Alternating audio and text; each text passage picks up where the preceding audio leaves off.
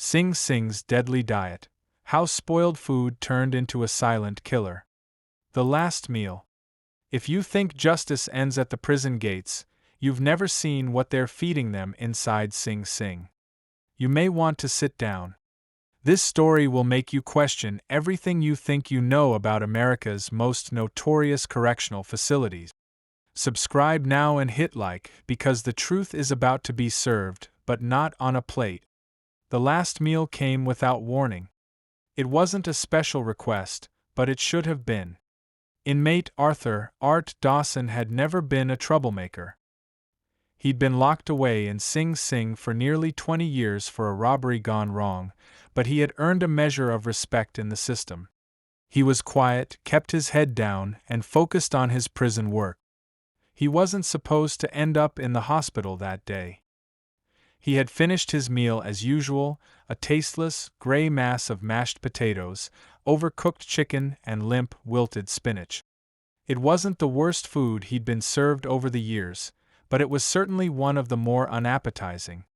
He was in the yard when the cramps started, sharp, stabbing pains that dropped him to his knees. A couple of guards watched, but they didn't rush to help. That wasn't their job. Within an hour, Dawson was vomiting violently. Within 2 hours, he was dead. The aftermath. News of his death didn't spread fast at first. In a prison as old as Sing Sing, deaths weren't unusual. But Dawson's death was different. His cellmate, Jamal Turner, had watched his friend deteriorate, unable to do anything as the man he'd shared years of his life with was racked by pain and fever. Jamal was one of the first to speak out about what had happened.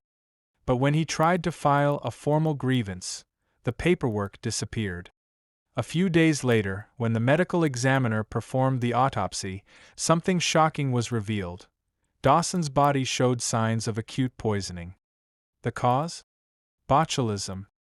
The food had been tainted, and the toxins had invaded his system, leading to paralysis, respiratory failure, and ultimately, death. The cover-up. As the news of Dawson's poisoning began to trickle out, the warden at Sing Sing, Robert Murdoch, issued a brief statement. It was swift and dismissive, calling Dawson's death an unfortunate, isolated incident. Nothing to see here, folks. Just another casualty of life behind bars. But in the prison's mess hall, the truth couldn't be hidden for long. Inmates began to talk.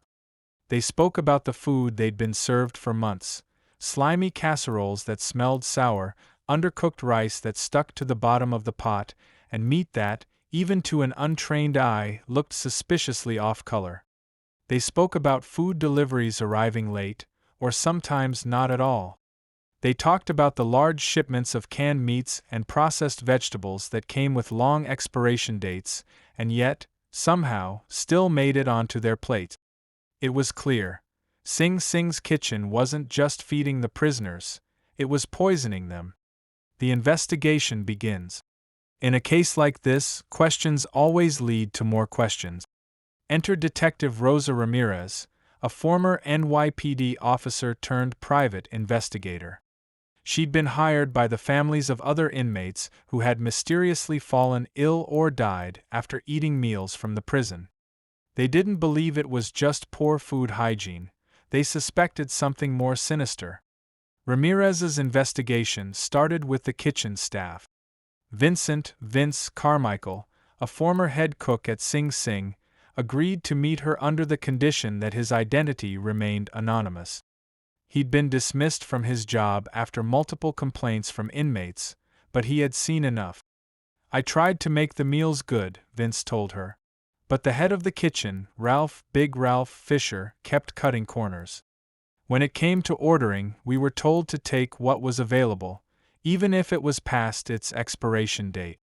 The suppliers didn't care either. All they wanted was their money." Ramirez asked Vince about the conditions of the food storage. Vince shook his head, his voice lowering. "Some of that stuff wasn't even fit for dogs. You'd find mold on the bread and the meat? We called it mystery meat. It didn't always smell right. But they told us to serve it anyway. A dangerous game." The deeper Detective Ramirez dug, the more corrupt the system seemed. She found evidence of bribed inspectors, officials who were paid to ignore the rotting food stored in Sing Sing's warehouses.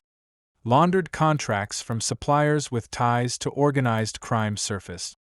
They provided subpar food to the prison at low prices, and the prison officials reaped the rewards.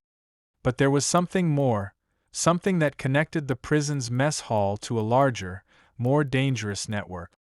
A whistleblower came forward from the prison's administrative office, an anonymous source claiming to know the full extent of the corruption. The tip was simple: check the contracts for food suppliers. It was there that Ramirez uncovered the full scope of the operation: bribed food inspectors, under-the-table kickbacks, and doctored invoices. The paperwork indicated that the suppliers regularly sent spoiled or outdated stock to Sing Sing with no oversight. But what was truly chilling was the involvement of prison officials in these dealings. Vince had been right. The food wasn't just bad. It was a tool. A weapon. The under-the-table deals made sure the food was spoiled and cheap, all while feeding the prison system's corrupt, secretive economy. The message from inside. Ramirez's investigation revealed something she wasn't ready for. An inmate had written a letter. The letter was smuggled out by a trusted family member, and it spoke about the inside of Sing Sing in chilling detail. It detailed not only the food problems but also how the authorities at the prison turned a blind eye to inmates' suffering. The letter described the infamous kitchen meetings, where officials discussed how to keep costs low, even if it meant feeding rotten food to prisoners. The letter was signed, Johnny McAllister, an inmate who had served 10 years of his 25-year sentence for armed robbery. Johnny's words gave Ramirez the final piece of the puzzle. The discovery. Armed with this new evidence, Ramirez went to the local courthouse to obtain a warrant to search the prison's supply chain. But things weren't as easy as they seemed. Her request was immediately blocked by the state. The reasons given were vague: concerns about security and prison safety. But the message was clear: someone didn't want this information to go public. Ramirez's office was broken into that night. Her files, hard drives, and even the letter from Johnny were missing. But something strange happened. The next morning, a mysterious envelope appeared on her desk. Inside was a single piece of paper. "They know you're coming. They won't let you win. It's time to expose them." The cliffhanger. Ramirez stared at the note, feeling the weight of the message settle in her chest. The stakes had escalated. Now, the people who had been silencing the truth were getting desperate. Her investigation was no longer just about exposing corruption, it was about survival. That night, she decided to go directly to the source. Sing Sing was only hours away. She had to confront the prison officials head-on. But as she packed her things, her phone rang. The caller ID was blocked. Her heart skipped. She answered the call. A voice, low and strained, whispered on the other end, "You're too close. We'll make sure this never sees the light of day." And then the line went dead. The final meal. What do you do when you've uncovered the truth, but the system itself is trying to bury it? This is no longer just about exposing a scandal, it's a race against time, and there's more at stake than just the food on a plate. Stick around, because what comes next is even darker than you could ever imagine. Detective Rosa Ramirez stood outside the prison gates, her mind racing. The call had rattled her more than she'd let on. Someone inside Sing Sing wanted her to back off. But there was no turning back now. She'd uncovered the corruption, and now it was time to expose it. But the deeper she dug, the more she felt the walls closing in. As she prepared to enter Sing Sing for the final time, she knew it wasn't just the officials she had to worry about. It was the men who'd been working behind the scenes, pulling the strings of the entire prison food network. And whoever they weren't going to let anyone walk out with the truth. The dangerous game. Ramirez had spent days combing through records, connecting dots and following whispers. Every lead pointed to the same place: the kitchen and the man behind it, Big Ralph Fisher, the notorious head chef at Sing Sing, who had overseen the prison's food system for the last decade. Fisher had a reputation among the inmates, one built on fear and corruption. He was known for pushing the boundaries of the prison's budget while lining his own pocket. And when it came to food, he had a dark secret. He wasn't just feeding prisoners with expired goods. He was getting paid to do it. Fisher's ties to the food suppliers, Midwest Correctional Supply and Baco Logistics, ran deep. Contracts were signed, bribes exchanged, and boxes of rotten meat were shipped in, under the guise of safe for consumption. The worst part? Fisher wasn't the only one involved. There were guards, wardens, even local officials who had turned a blind eye, pocketing money to look the other way. Everyone was part of the machine, and they weren't going to let some outsider bring it down. But Ramirez was relentless. She knew this wasn't just about saving lives, it was about exposing an entire system of abuse. The inmates were suffering in silence, but their voices would finally be heard. The infiltration. When Ramirez walked through the gates of Sing Sing, it felt different this time. She wasn't just another visitor, she was on a mission. The prison, with its towering walls and cold stone floors, felt more like a fortress now. Every corridor, every hallway, seemed to whisper the same thing: secrets. She passed through the mess hall on her way to the warden's office, and she could feel the eyes of the inmates following her. They knew. Ramirez had no illusions about the risk. She was about to confront the very heart of the corruption. The prison officials were expecting her, and she was ready to get answers. But she couldn't shake the feeling that something was off. As she stepped into Warden Jackson's office, the tension in the room was palpable. Jackson had been warden for nearly 5 years, but Ramirez suspected his role in the system went beyond simply maintaining order. He was part of the cover-up, protecting Fisher and others who were profiting off the suffering of inmates. Warden Jackson was a tall man, cold, calculating, with an air of authority that could make anyone uncomfortable. But Ramirez wasn't here for pleasantries. "I need to speak with Ralph Fisher," she said, her voice firm. Jackson's face didn't flinch. "Fisher? Why would you need to see him?" "I'm investigating a matter of grave concern," she replied, holding his gaze. "Food safety violations, bribes from suppliers, and most importantly, deaths." Jackson's lips tightened. He stood up and walked to the window, looking out over the prison yard. He didn't speak for a long time, and Ramirez could feel the weight of the silence pressing down on her. Finally, he turned. "You don't understand, Detective. Fisher's not someone you can just talk to. He's untouchable." Ramirez leaned forward. "Then you're protecting him." Jackson didn't answer. The missing evidence. As Ramirez left the office, the pieces began to fall into place. The warden's hesitation spoke volumes. He was part of the cover-up. But Fisher wasn't just a chef, he was the gatekeeper. If she wanted to expose the truth, she would have to go through him. But there was more to this than just bad food. Ramirez had received a tip that night, a piece of information that changed everything. Fisher had been keeping 2 sets of books. The official records, which were perfectly clean, and the hidden ones, which detailed all the shady deals. These secret books were stored in a locked vault beneath the kitchen. And the only people with access were Fisher and the warden. Ramirez knew she couldn't get that kind of information through normal channels. She would have to go undercover. She reached out to Mark "Slick" Thompson, an inmate with connections to Fisher, who had worked in the kitchen for years. Slick had seen things, the kind of things that could bring down an empire. She arranged a meeting, under the guise of gathering information for an investigation into food quality.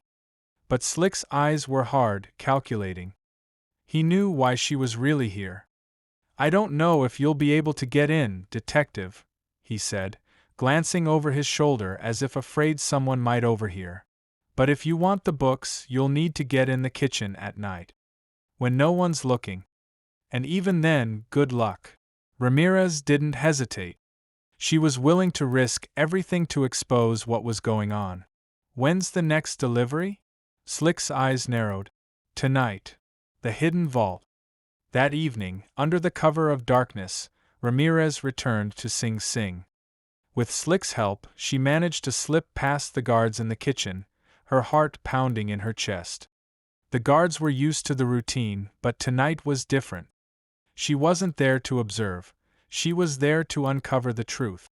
They made their way to the basement of the kitchen, where the vault stood, silent and unassuming, hidden beneath the floorboards. Slick pulled out a key from his pocket, and with a quiet click, the vault door opened. Inside, the records lay in stacks. Contracts, invoices, even photographs of spoiled food being served to the inmate. Ramirez felt a rush of triumph, but it was short-lived. As she flipped through the papers, she saw something that made her stomach drop. A letter addressed to Fisher from Vaughn Industries, the same supplier involved in the Leavenworth scandal. It was dated only 3 months prior. The letter contained explicit instructions for manipulating food supply shipments, bypassing quality controls, and avoiding inspections. It wasn't just bad food, it was deliberate poisoning. Ramirez's pulse quickened. This wasn't just about food safety anymore, it was about lives lost, families shattered, and the long-standing corruption that had taken root in the heart of the prison system. The dangerous truth. As Ramirez made copies of the documents, she felt a presence behind her. She spun around, heart in her throat, to find Warden Jackson standing in the doorway. He wasn't alone. Several guards flanked him, their eyes hard with authority. "You should have stayed out of this, Detective," Jackson said, his voice low, dangerous. Ramirez stood up slowly, her eyes never leaving his. She had the evidence now, but she wasn't going down without a fight. "If you think you can stop me, you're wrong," she said, her voice cold with resolve. Jackson stepped forward. "You've been warned, Rosa. We can make you disappear just like the others." Suddenly, the sound of footsteps echoed in the hallway. It wasn't just Jackson's men. Slick had betrayed her. He'd sold her out. Before she could react, 2 guards rushed forward, grabbing her arms and twisting them behind her back. The vault door slammed shut, sealing the truth inside. As the guards dragged her down the hall, her mind raced. She had no choice but to play along, for now. But she knew one thing for sure, the real battle was just beginning. She couldn't let them win. Not now. Not when she was so close to exposing the biggest prison food scandal in U.S. history. The final confrontation. In the heart of Sing Sing, secrets lie hidden beneath the weight of steel and stone. With the truth locked away and enemies closing in, there's no way out for Detective Rosa Ramirez, unless she can outsmart them all. This is where everything comes to a head. Don't blink. What happens next is more dangerous than anyone could have imagined. The cell. The small, dimly lit cell smelled faintly of mildew and disinfectant. The air was thick with the stale heat of a prison that never slept. Rosa sat on the hard concrete floor, wrists shackled to the metal bench. Her mind raced, thoughts of the vault, the evidence she'd gathered, and the betrayal that now seemed to stretch its tendrils into every corner of Sing Sing. She had been caught. They'd snatched the records from her hands, thrown her in solitary confinement, and locked her away from the world. But she knew one thing for sure, they could imprison her body, but they couldn't shut down her mind. The truth had already left the building. Through the small window, she could see the yard, the dim outlines of men milling about, guards keeping their eyes on the inmates. She had been here for days, and no one had come to help. The calls she had made were blocked, and the network she had been counting on had gone silent. But in the dark corners of Sing Sing, not everyone was loyal to the warden. Rosa knew that. She just had to find someone who could slip her the key to escape this hellhole before her time ran out. The leaked call. That night, something changed. A single voice broke through the silence of her cell, the soft hum of a radio hidden in the walls, a lifeline to the outside world. It was Slick.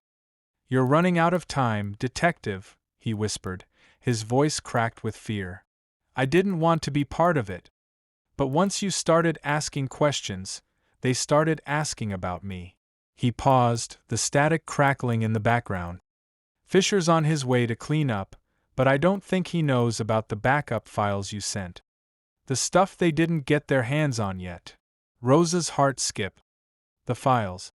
She had made sure to store them somewhere safe before everything went dark. It wasn't just the invoices. It was the official documents, the photographs, the emails that proved the connection between the tainted food and the prison's hierarchy. "Where are they?" she asked, her voice low and urgent. "You won't find them in the records. I sent them to someone who can make it count. But listen, the guards? They're not your friends. They're on his side now." The line cut out. The guard's betrayal. The next day, Ramirez was summoned to the warden's office. The walls were cold, sterile, and oppressive. Warden Robert Murdoch sat behind his desk, looking every bit the hardened bureaucrat he had become. He stared at her for a long time without speaking. "You've made quite a mess, detective," he said finally. "You think the truth matters in a place like this?" She didn't respond, just stood her ground, eyes locked with his. Murdoch's expression twisted into something dark, something colder than she had expected. He had been protecting Sing Sing's secrets for years, and now that she had started peeling back the layers, he wasn't about to let her walk out with the truth. "You don't know how deep this goes," Murdoch continued, his voice low. "Fisher? He's just a pawn. But you're right about one thing, there's been a lot of blood spilled over this. And if you think you're getting out of here, you've got another thing coming." Rosa felt the chill settle in. He wasn't talking about just food poisoning. There was something darker at play, something Murdoch had kept hidden beneath his mask of power and control. She opened her mouth to speak, but before she could, the door to the office swung open. A guard entered, his face shadowed by the doorframe. "Murdoch, sir, we've got a problem," the guard said. Rosa's pulse quickened. She had been here long enough to know that a problem in a prison like Sing Sing wasn't just a small mistake. It was a warning. The silent killer. The guard stepped aside, and the door closed behind him, leaving Murdoch and Ramirez alone once more. But there was no relief. Murdoch leaned forward, his gaze now colder than before. "You think this is just about spoiled food? About some cheap contract and some underpaid suppliers?" Murdoch's voice grew sharper. "This is about control. About keeping the system running, at any cost." Rosa's mind raced. This wasn't just about corrupt food shipments anymore. It was about something far more sinister. "What's the real story?" she asked, her voice steady. Murdoch didn't hesitate. He slid a folder across the desk towards her. It was thick with paperwork. "Those documents you've been asking about? They're only part of it. What's really going on is that food, that poison food, it's a weapon. It was never meant to just fill the bellies of prisoners." He leaned closer, his voice dropping to a whisper. "It was meant to keep them weak. To break them down. To destroy their will to fight back." The revelation hit her like a punch to the gut. The food was more than a supply problem, it was a tool of manipulation. Murdoch had been using it to control the inmates, feeding them toxins to ensure they couldn't mount any kind of resistance, any kind of protest against the corrupt system that had kept Sing Sing running for decades. The final move. Rosa's thoughts were interrupted by a sharp knock on the door. "Sir, we need to move her," the guard said. Murdoch didn't hesitate. He stood, walked to the back of his office, and motioned for the guard to step aside. "Take her to the hole. Lock her up there. We'll deal with her later." It was over. They were going to bury her in isolation, and once they did, the truth would vanish. No one would ever hear her story. But before the guards could grab her, Rosa acted. She lunged forward, slamming her elbow into the guard's ribs. She caught him off guard, his body jerking back.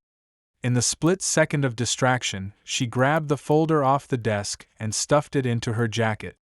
The guard lunged for her, but she ducked under his grasp and bolted for the door. She could hear Murdoch's voice, calm but furious. Let her go. She won't get far. The final betrayal. Rosa ran through the halls of Sing Sing, her heart pounding in her chest. She had to get to the exit, but something felt off. The walls, the guards, the air, it was all closing in on her. She could feel their eyes on her, hear the whispers. She turned the corner and froze. There, standing by the exit, was Big Ralph Fisher. His eyes were wide, but there was no surprise in them. Only cold, calculating indifference. "You're too late, Detective," Fisher said, his voice low and guttural. "You've already lost." Rosa took a step back, the weight of the folder in her pocket anchoring her to the spot. "You really thought you could walk out with that, didn't you?" Fisher's grin stretched across his face. "The evidence you're holding? It's never going to make it out of here." Rosa's hand reached for her radio, but Fisher was already moving. The last thing she saw before everything went dark was Fisher's hand reaching for her, an invisible hand that had been pulling the strings in Sing Sing all along. Rosa awoke in a dark, cold cell. She had been captured. The folder was gone. The answers she had sought seemed miles away. The door clanged shut behind her, the sound echoing like a death knell. But there was still one thing she hadn't told them. She had made a backup. The truth was out there, and no one could silence it forever. The final meal. You can lock someone in a cell, you can break them down with fear, but you can never take away their will to fight. Rosa Ramirez was about to discover just how far she was willing to go to expose the truth. In the deepest corners of Sing Sing, betrayal is a weapon, and now it was time to use it. The cold cell. Rosa's head throbbed as she regained consciousness, her senses gradually sharpening to the sterile, oppressive coldness of her new surroundings. The harsh light above flickered like the pulse of a dying heartbeat. She was back in solitary confinement, a steel door locked behind her, and her body ached from the rough treatment she had endured. Her wrists were still raw from the handcuff. For a moment, she allowed herself to close her eyes. The sound of the heavy metal door slamming shut still echoed in her mind. They thought they had won. But Rosa knew something they didn't. The truth wasn't gone. She glanced down at her jacket. The folder. The weight had disappeared. It was gone. But that didn't matter. She had backed up everything. The images, the contracts, the photos, everything was secure. Her heart pounded in her chest. She couldn't afford to sit still. She needed to get out. The silent betrayal. The guards who had captured her had been following orders, but Rosa had a feeling someone higher up had planned her capture. And that someone was Big Ralph Fisher. The head of the kitchen, the man who'd been orchestrating the food manipulation for years. But there was more. She could feel it in her gut. Fisher wasn't the mastermind. He was the middleman, a tool in a much larger system of control. Sing Sing's food system wasn't just about corruption. It was about power, manipulation, and keeping prisoners subdued. The deaths, the illnesses, it was all part of the plan.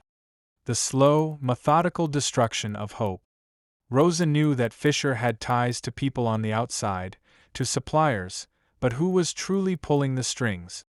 It wasn't just about getting the food poisoning into the prison, it was about keeping the entire system silent, unchallenged. She needed answers. The letter. Later that evening, a soft clink against her cell door broke the silence. Rosa quickly sat up, her senses on high alert. It was a small piece of paper, folded in half, pushed through the food slot. She hesitated.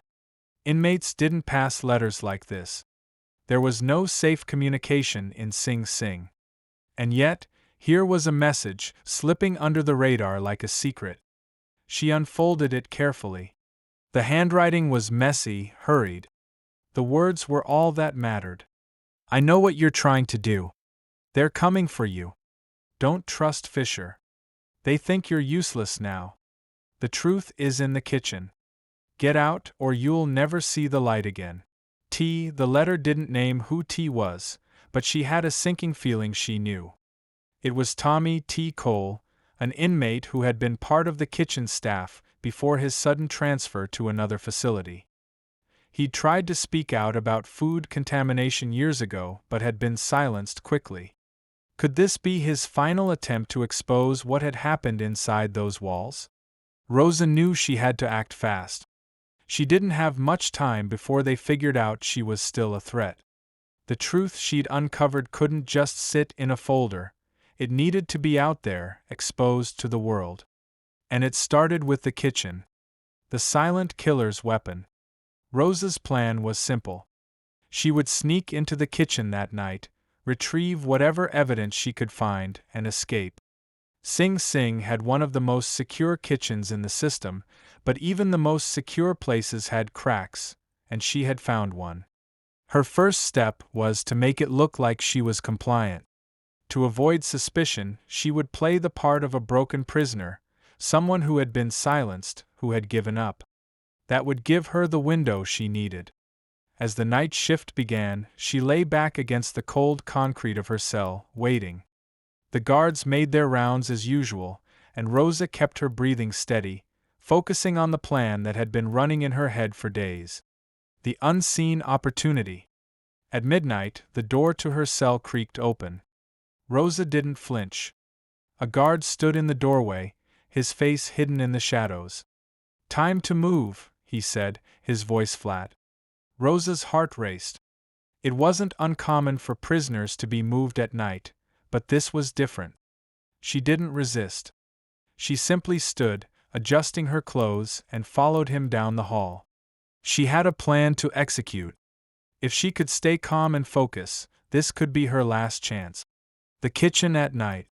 When they reached the kitchen, the door was unlocked. Rosa stepped inside, her eyes adjusting to the dim light of the industrial kitchen.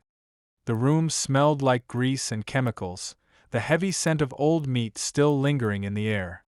She moved quickly but silently, remembering the layout from the last time she'd been there. She knew exactly where to go. The vault that held all the records, the supplier logs, the inventory sheets, it was hidden behind a false wall near the freezer. Only a few people knew of its existence. Fisher had thought it was well hidden. He was wrong. Rosa slipped into the shadows, her breath shallow as she approached the wall. The key she had been given fit perfectly in the lock. With a low click, the vault door swung open. Inside were rows of files. Each one held damning evidence.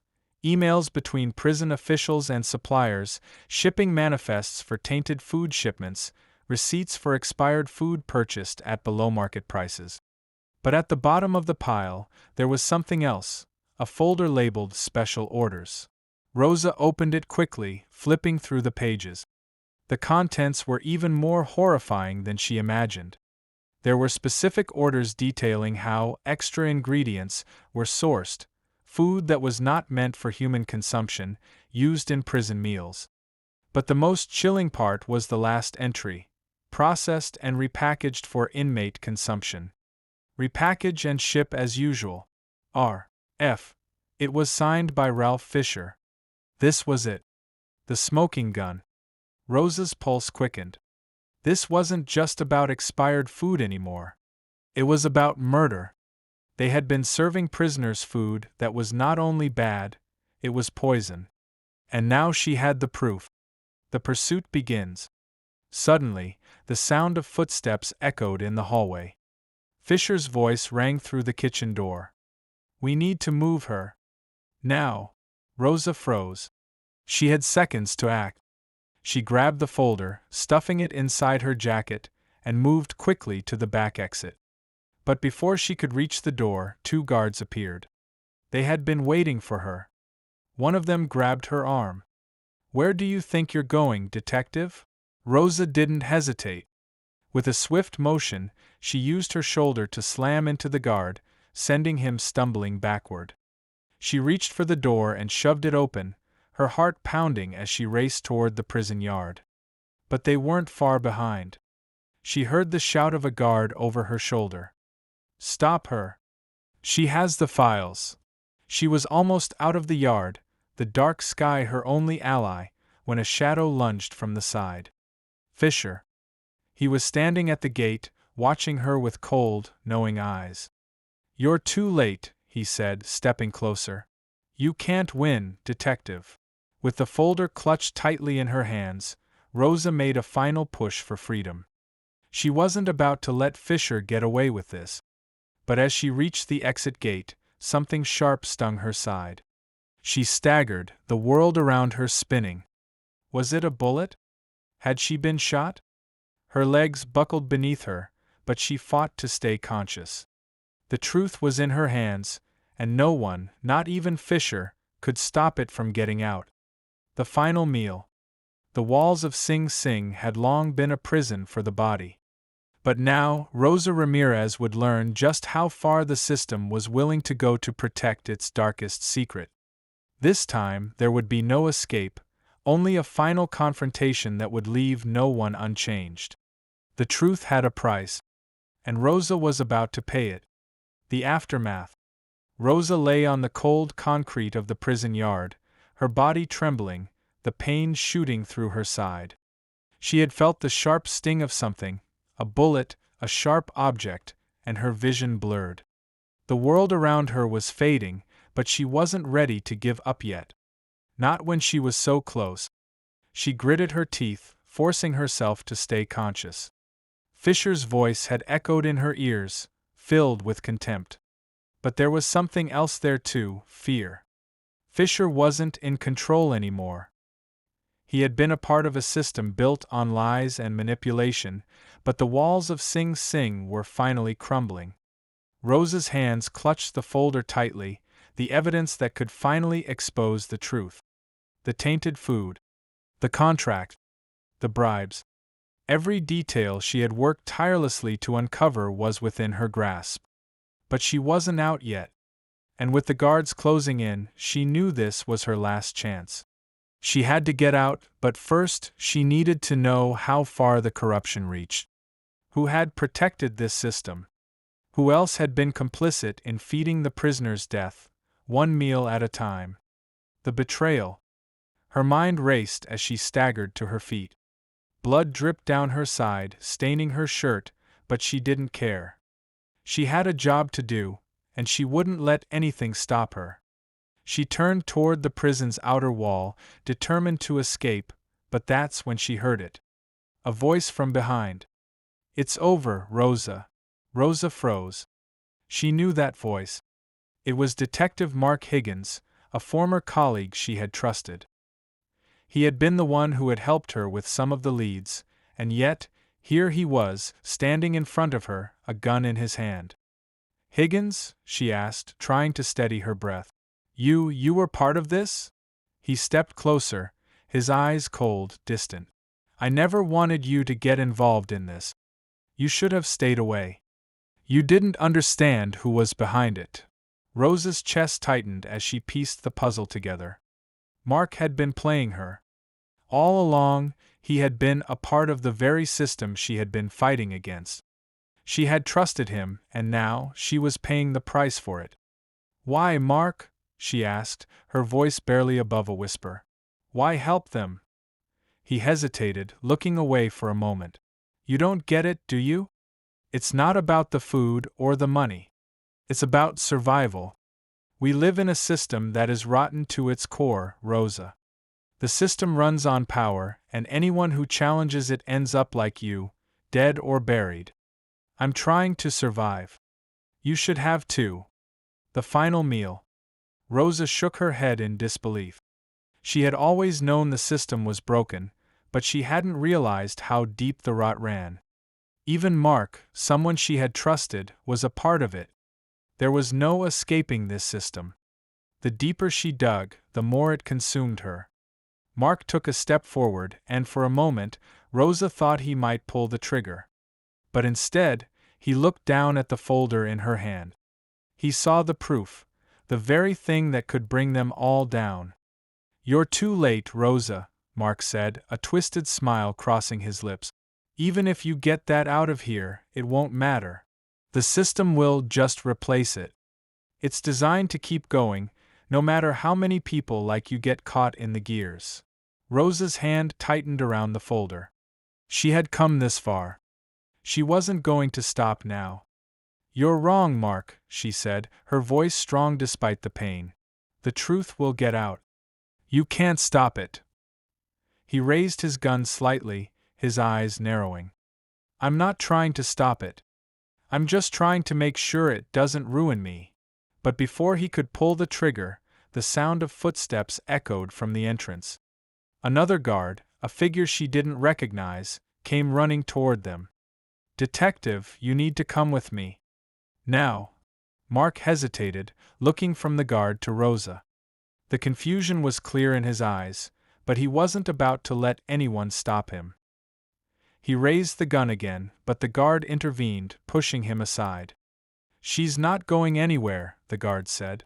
"We've got bigger problems than her." The shocking discovery Rosa didn't know whether she should be relieved or more terrified. There was a brief scuffle, but before Mark could react, he was handcuffed and pulled away. The guard turned to Rosa, his eyes apologetic. "You're safe for now," the guard said. "But there's something you need to know." Rosa was taken to a private office, away from the chaos, where the guard handed her a flash drive. "We intercepted some of Fisher's shipments. The real story is worse than you can imagine. It's not just about the food. It's about control." Rosa opened the flash drive, and as she clicked through the files, her heart sank. These weren't just shipping invoices or supplier contracts. They were detailed plans for the manipulation of prison populations, using food as a tool of psychological control. Fisher had been more than just a chef. He was a part of something far larger, a network designed to control inmates through physical weakness, starvation, and fear. The meals weren't just poisoning them physically, they were breaking them down mentally, creating a prison within their minds. The most chilling document was a memo from Warden Murdoch, dated just a month before. "If the food becomes a weapon, we can manipulate the entire facility. This will be our silent killer." Rosa's blood ran cold. This wasn't just about food. This was about power, and how they had used food to maintain that power, to control every single inmate. Every meal had been a carefully calculated attack, a way to break the will of the people inside, to keep them subjugated. The final betrayal. Rosa's mind was reeling as the truth hit her. The system wasn't just corrupt, it was a living, breathing machine that fed off the suffering of the prisoners. The very people who were supposed to protect them, the officials, the staff, they were all complicit. But as she began to process the magnitude of what she had uncovered, a familiar face appeared in the doorway. Slick. He stepped into the room, his eyes darting nervously around. "You need to get out of here now," he said, his voice urgent. "They know you have the files. You're not safe anymore."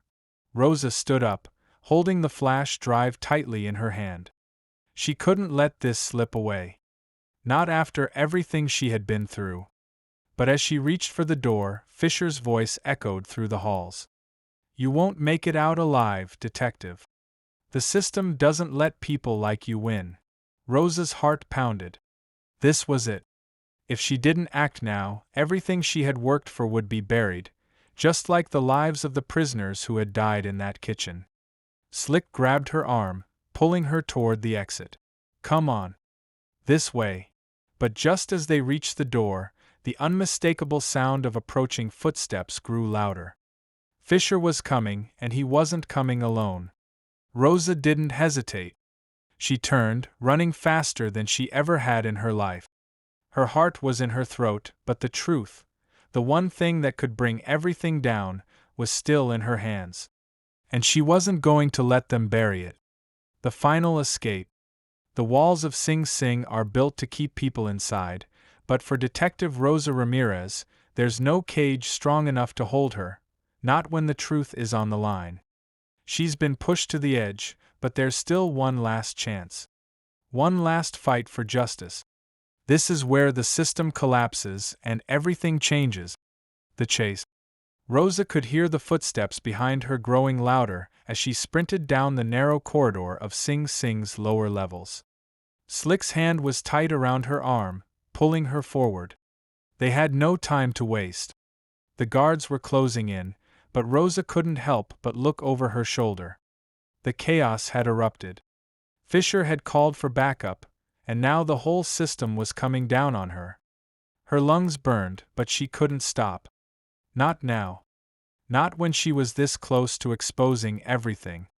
The flash drive she held in her hand contained the evidence that could bring Sing Sing, and the entire prison system, into the light. Fisher, Murdoch, and everyone involved in the corrupt food scheme would be exposed. But first, she needed to get out.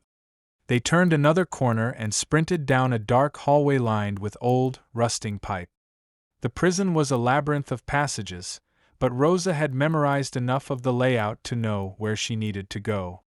The main exit was locked, but there was another way, one she had seen in passing, a back door that led to the prison yard.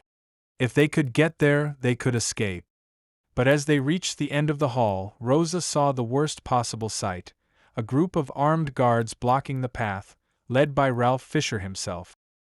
His eyes locked onto her, filled with cold rage. "You're not going anywhere, Ramirez," Fisher said, stepping forward, his voice dripping with malice. "You've already taken too much. Now you're going to disappear, just like everyone else who's tried to expose the truth." Slick pulled Rosa to a stop, his face pale with fear. "We're trapped." Rosa's heart pounded. Fisher's goons were closing in. They had no time for a plan. Her mind raced. The evidence.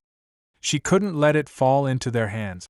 The flash drive in her pocket was the last piece of the puzzle. The final decision. Without thinking, Rosa made her decision. She turned to Slick, her voice low but urgent. "Take the drive and run." Slick blinked in confusion. "What? Are you crazy?" "Just do it. I'll hold them off. You have to get this out." Slick hesitated, looking back at the guards, but Rosa shoved him towards the narrow passageway. "Go. Now." Reluctantly, Slick darted down the side hallway, disappearing into the shadows. Rosa turned back to face Fisher and the guards. The weight of the situation pressed down on her chest, but she wasn't going down without a fight. She had come too far. They couldn't let her walk away with the truth. "You're making a mistake," Fisher sneered. "You can't fight all of us." Rosa's voice was steady, her mind focused. "I'm not fighting you. I'm exposing you." Without warning, she charged. The guards hesitated, momentarily thrown off by her sudden movement. But it didn't matter. She reached for a metal pipe lying on the ground and swung it at the nearest guard. He stumbled backward, and Rosa took advantage of the opening, pushing past him. She was fast, faster than she had ever been. But Fisher wasn't done. He lunged, grabbing her by the arm, spinning her around. The pipe fell to the floor, clanging loudly. Fisher's grip tightened, and for a moment, Rosa thought she might be done for.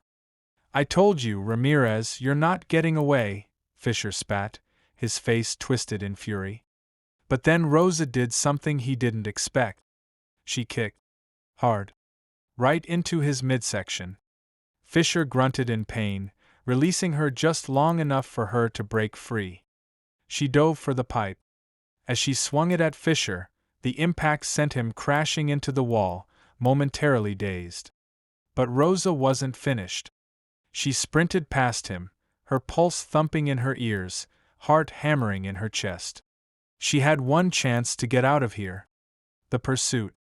Rosa bolted down the hallway, but Fisher wasn't far behind. His footsteps echoed like thunder behind her, the sound growing louder with every passing second. She could hear him shouting at the guards to follow her, to stop her before she could escape. Her hands shook as she reached the back door of the prison. The metal was old and heavy, but she didn't hesitate. With a shove, she managed to open it just enough to slip through. She was in the yard now, the cold night air hitting her like a slap. The gate to the outside world was only a few yards away. It was locked, but Rosa had one more trick up her sleeve. She grabbed a nearby piece of metal and pried at the lock. The tension in the air was unbearable. She could feel the weight of her decisions. She could hear the guards closing in. But then, as if by fate, the lock finally gave way. The gate swung open, and for the first time in days, Rosa felt free. The final betrayal. She ran. She ran harder than she ever had in her life, the night air biting at her skin. But as she reached the outer walls of Sing Sing, she was met with an unexpected sight. Slick had made it out. But he wasn't alone. A group of armed men stood with him. They were waiting for her. Slick? Rosa asked, her voice filled with disbelief. What is this? Slick looked at her with cold eyes. You were never meant to win, Rosa. None of us were. This whole thing was a setup from the start. Before she could react, Fisher's voice cut through the air. He was standing just behind her, a smug grin on his face. You were always the pawn, detective. You think you were the one getting the truth out? You were just another piece on the board. Rosa's blood ran cold. She'd been played. From the beginning. The truth unraveled. Slick stepped forward, his gun now aimed at her chest. You really thought we'd let you expose everything? No one gets out of Sing Sing with the truth. It's too dangerous. Rosa's mind raced. The flash drive was in her pocket, but she didn't have a chance to hand it off. She couldn't let them take it. The truth had to get out. The world needed to know what had happened inside Sing Sing, and no amount of betrayal could stop that now. You can kill me, but you'll never stop the truth, she said, her voice steady despite the terror building inside. Someone will find out. They'll keep digging, and everything you've done will come crashing down. Slick looked at her with a bitter smile. You think they'll care? You're just another name on a list of forgotten prisoners. You'll be buried with your secrets. Fisher raised his hand, signaling for the guards to move closer. But before they could make their move, a loud crack echoed in the night. Rosa's world tilted as the sound of a gunshot rang through the air. But it wasn't her who had been shot. She turned, and to her shock, the guards fell back, the gunman clearly out of sight. And there, standing in the distance, was someone she least expected, an ally from within Sing Sing. It wasn't over yet. The fight was just beginning. Everything has a price. Justice, truth, and survival, they all come at a cost. But as Rosa Ramirez nears the end of her fight to expose Sing Sing's darkest secrets, she realizes the price may be far higher than she ever expected. This is the final confrontation. This is where everything changes. The stranger's help. Rosa's heart raced as she turned toward the figure emerging from the shadows. Her hand instinctively moved toward her side, where the flash drive, the key to everything she had uncovered, was still clutched tightly in her jacket pocket. Fisher's guards had fallen back, but Rosa knew she couldn't trust the silence. Someone had just fired, and now everything was in chaos. The figure moved closer, stepping into the faint moonlight. For a moment, Rosa couldn't tell if it was a friend or another threat. But as the figure drew nearer, she saw the familiar face of Mark Higgins, the very man who had once been her ally in the investigation. He was the last person she expected to see, and yet, here he was, holding a gun. Rosa's breath caught. Higgins? She whispered, confusion and anger rising in her chest. What the hell are you doing here? Mark lowered the gun slowly, his face grim. I never wanted you to get this far. I never thought you'd really push this hard, but you did. And now they've come after you. I couldn't just watch anymore. She stared at him, processing his words. He wasn't the man she had thought he was. She had believed in him, trusted him, and now he was here, helping her, but only after everything had already gone wrong. You don't understand, Rosa, Mark continued, his voice low. I didn't have a choice. I had to play the game. I had to get close to the right people, or they would have buried me like they did everyone else. He paused, looking over his shoulder, making sure no one else was coming. But I'm done running. I'm not going to let them hurt you. Not when you're this close. Rosa's mind was spinning. Mark had known. He had been a part of it all. And yet, here he was, offering to help. But how could she trust him now? After everything? Before she could respond, another sound broke the tension, the unmistakable crunch of footsteps on gravel. Fisher's men were regrouping, preparing to close in again. They were running out of time. Rosa, we don't have much time, Mark urged. They're coming for us. Let me help you get out of here. We can still expose this. Together. Rosa hesitated, her mind racing with doubts. But deep down, she knew Mark was right. There was no turning back now. The truth had to come out, and she couldn't let Fisher and his network win. The escape plan. Mark's plan was simple, but dangerous. He had access to a back entrance of the prison, a service tunnel that led out to the outskirts of the facility. The guards didn't patrol that area, thinking it was inaccessible.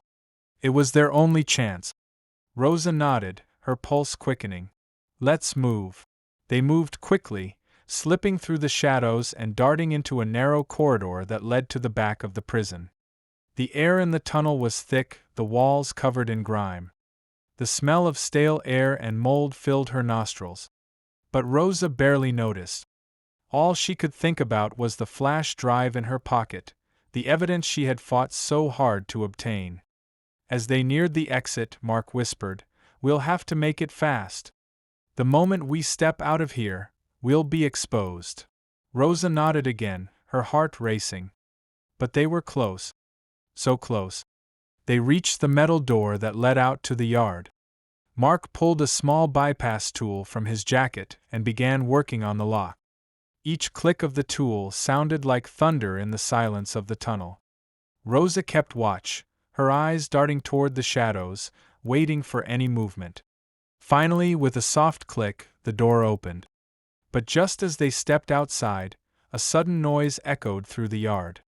The unmistakable sound of footsteps, fast, urgent, approaching. It was Fisher. The confrontation. Rosa's heart slammed against her ribs as she turned, spotting Fisher emerging from the shadows at the far end of the yard. His face was twisted in rage, his eyes burning with fury. "You thought you could run, huh?" Fisher's voice rang out, cutting through the cold night air. "You think you've won? You have no idea what you're up against." Mark moved to block Rosa, positioning himself between her and Fisher, but it was clear they weren't going to be able to outrun him. Fisher was too close. "Give me the drive, Rosa," Fisher demanded, his voice low and dangerous. "You don't know what you're dealing with. You're out of your depth. You think you can expose us? You think anyone will believe you?" Rosa didn't flinch. She knew Fisher for what he was, a man with nothing left to lose. But she also knew this was the moment of truth. This was where everything changed. "No," Rosa said, her voice steady despite the pounding in her chest. "You're the one who's been playing everyone. And now it's time for you to answer for it." Fisher's lip curled into a sneer, his hand reaching for the gun at his side. He wasn't going to let this end without a fight. But before he could raise the weapon, a sudden flash of light illuminated the yard. It was a spotlight, and it wasn't Fisher who had turned it on. From the far side of the yard, a helicopter appeared overhead, its powerful lights sweeping across the prison. It wasn't a rescue mission, it was the beginning of the end. Rosa's heart skipped a beat. The spotlight shone directly on Fisher, blinding him for a moment. She seized the opportunity, pulling Mark out of the line of sight, heading for the fence. Backup had arrived. The moment of truth. Rosa and Mark reached the fence, the barbed wire at the top glistening in the helicopter's spotlight. They had mere seconds. The sound of sirens was approaching, but they weren't yet close enough. Mark quickly started climbing, his hands gripping the sharp edges of the fence. Rosa followed suit, every muscle in her body screaming with the effort. But there was no turning back now. They were almost over the top when Fisher's voice cut through the air, frantic and furious. "You think you're going to expose everything, huh? I'll make sure no one ever believes you." Just as they reached the top, Fisher fired. The bullet missed by inches, but the sound rang through the night, the crack of the shot cutting through the tension. Rosa and Mark dove over the side of the fence, landing hard on the ground. But they didn't stop. They kept running. The escape. Rosa didn't look back. She didn't need to. They were out. The files were safe. And the truth was about to be exposed. They reached the edge of the yard and sprinted toward the woods beyond, the helicopter still hovering above them. As they disappeared into the night, Rosa's thoughts raced. The fight wasn't over yet. The system was broken, but it wasn't done breaking. The truth was finally out. And no one could stop it. But what came next? The files were safe, but the battle to expose the truth had only just begun. As they disappeared into the woods, Rosa looked at Mark, her eyes filled with determination. "We're not done. This is just the beginning." But just as they heard the sound of approaching vehicles, something else caught her attention, a single, glowing text message on her phone. It read, "This isn't over. We know you're coming. You won't make it out of this alive." Rosa's heart sank. The system wasn't done yet. But she wasn't finished either.